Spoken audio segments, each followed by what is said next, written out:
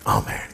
அதாவது என்னன்னா, ஒரு 10,000 ரூபாய் பெற்றோருக்கு கொடுக்கணும்னா, உனக்கு கொடுக்க முடியலையா, ஒரு 1000 ரூபாய் நீ சர்ச்சில் கட்டிட்டேன்னா நீ அதுல இருந்து என்ன ஆயிடலாம், எஸ்கேப் ஆயிடலாம். இதான் ஆண்டவர் வந்து பார்த்தார், நல்லா செய்றீங்க நீங்க. 1000 ரூபாய் நீ கொடுத்தேன்னா வேத பாரகர்கள், நியாய சாஸ்திரிகள் எல்லாம் பாதி பாதியா பிரிச்சு ஆளுக்கு 500 முடிஞ்சு மீதி 9,000 ரூபாய் இவனுக்கு லாபம்.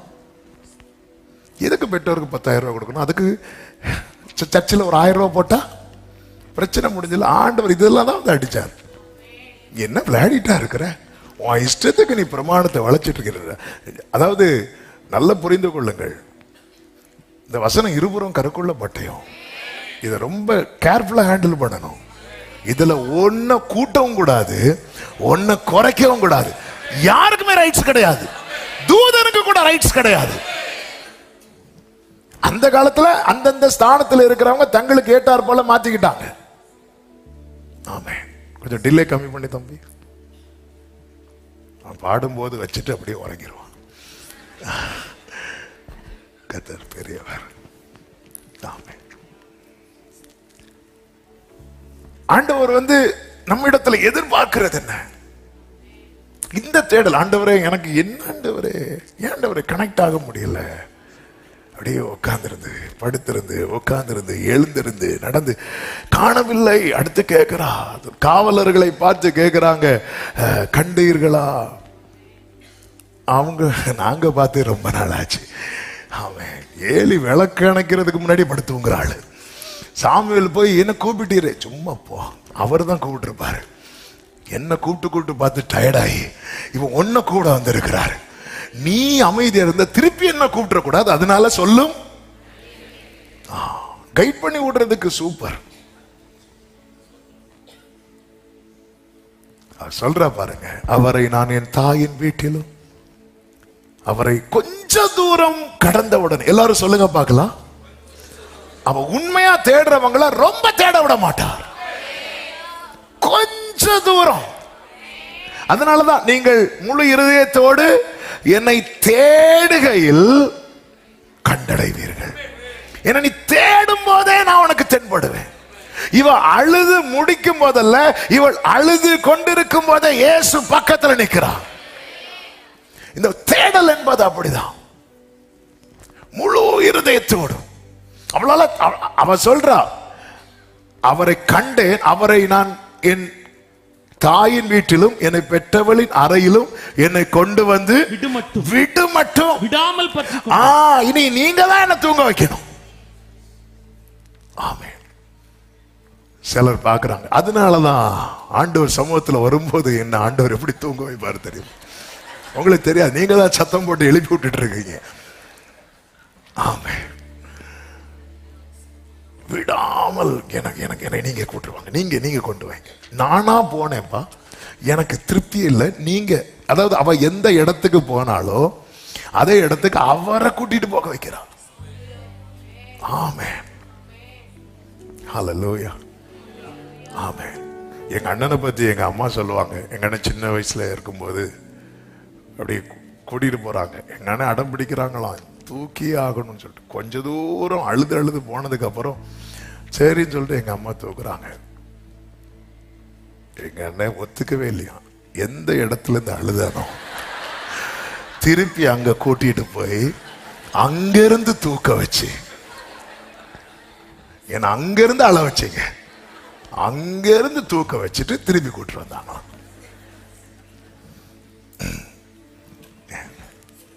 இந்த பிடிவாதம் இருக்குல்ல, இதை ஆண்டவர் ரொம்ப ரசிக்கிறார்.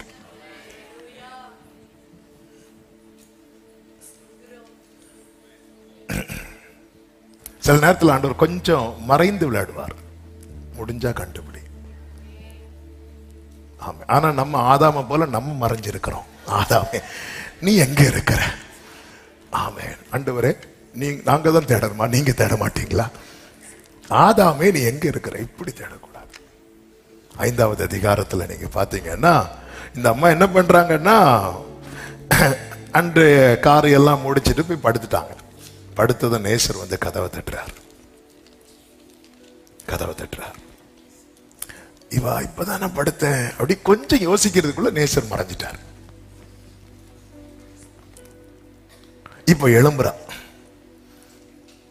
அவ என் உள்ளம் அவர் நிமித்தம் பொங்கினது என்று 4வது 5 நாளிலே சொல்லப்பட்டிருக்கிறது. அடுத்த வசனத்தை பாத்தீங்கன்னா, நேசருக்காக கதவை திறக்க நான் எழுந்தேன்.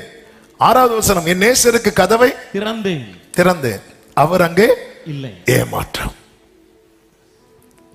இவ வாழ்க்கையில இப்ப என்ன இருக்கு? எல்லாரும் சொல்லுங்க, ஏமாற்றம். அடுத்து நீங்க பாத்தீங்கன்னா, அவர் சொன்ன வார்த்தையால என் ஆத்துமா சோர்ந்து போயிட்டு. அடுத்து இவ வாழ்க்கையில என்ன இருக்கு? சோர்வு. சொல்லுங்க, என்னெல்லாம் இருக்கு?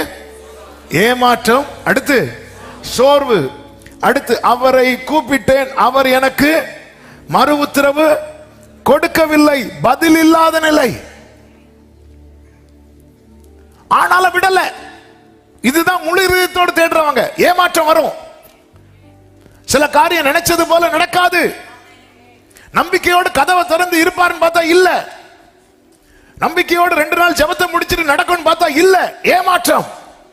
ஏமாற்றம் வந்து திருப்பி கதவை பூட்டிட்டு படுத்தேன் இல்ல. அடுத்த ஸ்டெப் எடுத்து வைக்கிறான். சோர்வு. சோர்வு வந்தது, சூரிய செடிக்கு கீழே போய் உட்காரல. திருப்பி அடுத்த ஸ்டெப் கூப்பிடுறான், பதில் இல்ல, ஆன்சர் இல்ல, ஜெபத்துக்கு பதில் இல்ல. ஜெபத்துக்கு பதில் இல்லாததும் ஜெபத்தை அந்த தேடல விடல. அடுத்த ஸ்டெப் எடுத்து வைக்கிறா பாருங்க.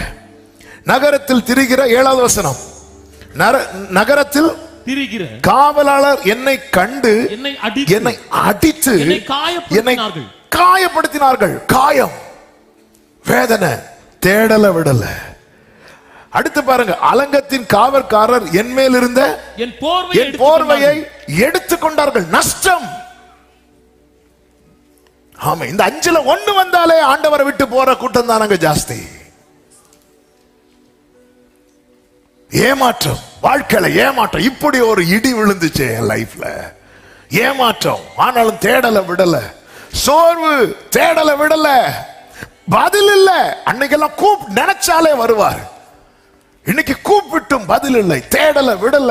காயம், எத்தனை பேர் காயப்படுத்தினாங்க. நகரத்தில் திரிகிற காவலாளர் என்னை கண்டு என்னை அடித்து, காயம், தேடல விடல.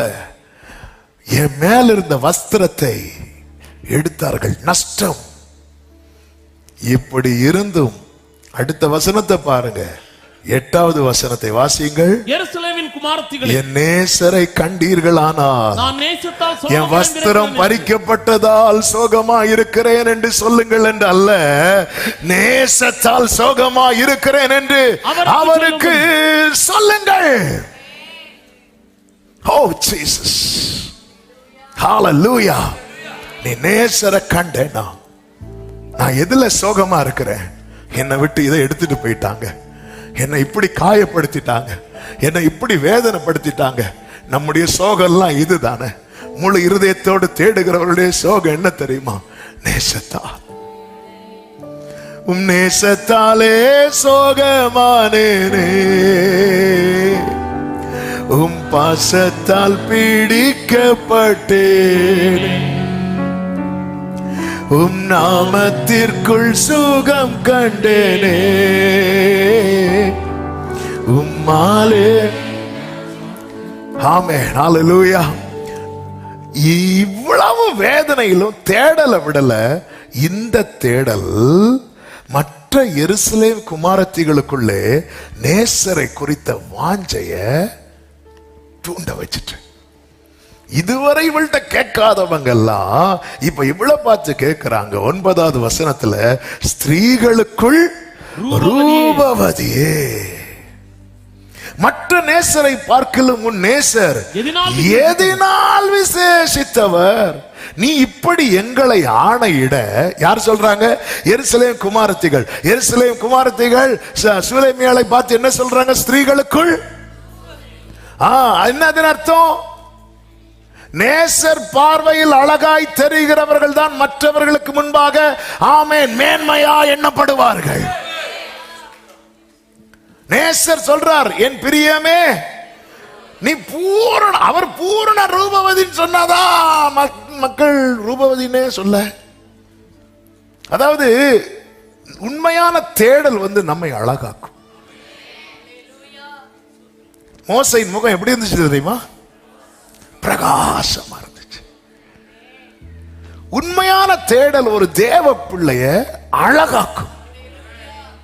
நாங்க அதுக்கு பேக்ல நிறைய ஐட்டம் வச்சிருக்கிறோம். அது நேசரை இன்னும் மறைத்திருக்க வைக்கும். ஏன்னா அவர் பார்த்து பயந்துருவார். உண்மையான எருசலேம் குமாரத்திகள் கேட்கிறாங்க, ஸ்திரீகளுக்குள் ரூபவதி. அவளே சொல்ற, நான் எப்படிதான் இருக்கிறேன், கருப்பா இருக்கிறேன். ஸ்திரீகளுக்குள் ரூபவதி. நம்ம லைஃப் இன்னொருத்தங்க பார்த்து இப்ப அவங்க கேட்கிறாங்க, மற்ற நேசரை பார்க்கல உன் நேசர் எதுல விசேஷித்தவர்? நீ இப்படி எங்களை ஆணையிட, மற்ற நேசரை பார்க்கலும் உன் நேசர் எதனால் விசேஷித்த? இவ்வளோ நஷ்டப்பட்டு, காயப்பட்டு, ஏமாற்றப்பட்டு அப்படி நிக்கிறான். ஆனாலும் தேடல விடல. ஹல்லேலூயா. இவ உறுதியா இருந்ததும் இப்ப நேசர் அடிக்கிறார் பாருங்க. அடுத்து 6வது அதிகாரம் அதுல 5வது வசனத்தை பாருங்கள். உன் கண்களை என்னை விட்டு திருப்பு, அவைகள் என்னை வென்றது. ஜீசஸ்.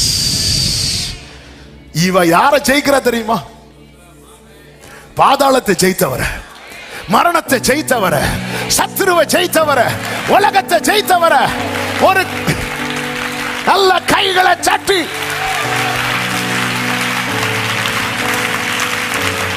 ஏமாற்றம் வந்தும் தேடல விடல, சோர்வு வந்தும் தேடல விடல, பதில் இல்லாத போதும் தேடல விடல, காயம் பட்டும் தேடல விடல. அவள் சொல்ற, கண்ணை விட்டு திருப்பு, அது என்னை ஜெயிச்சிட்டு.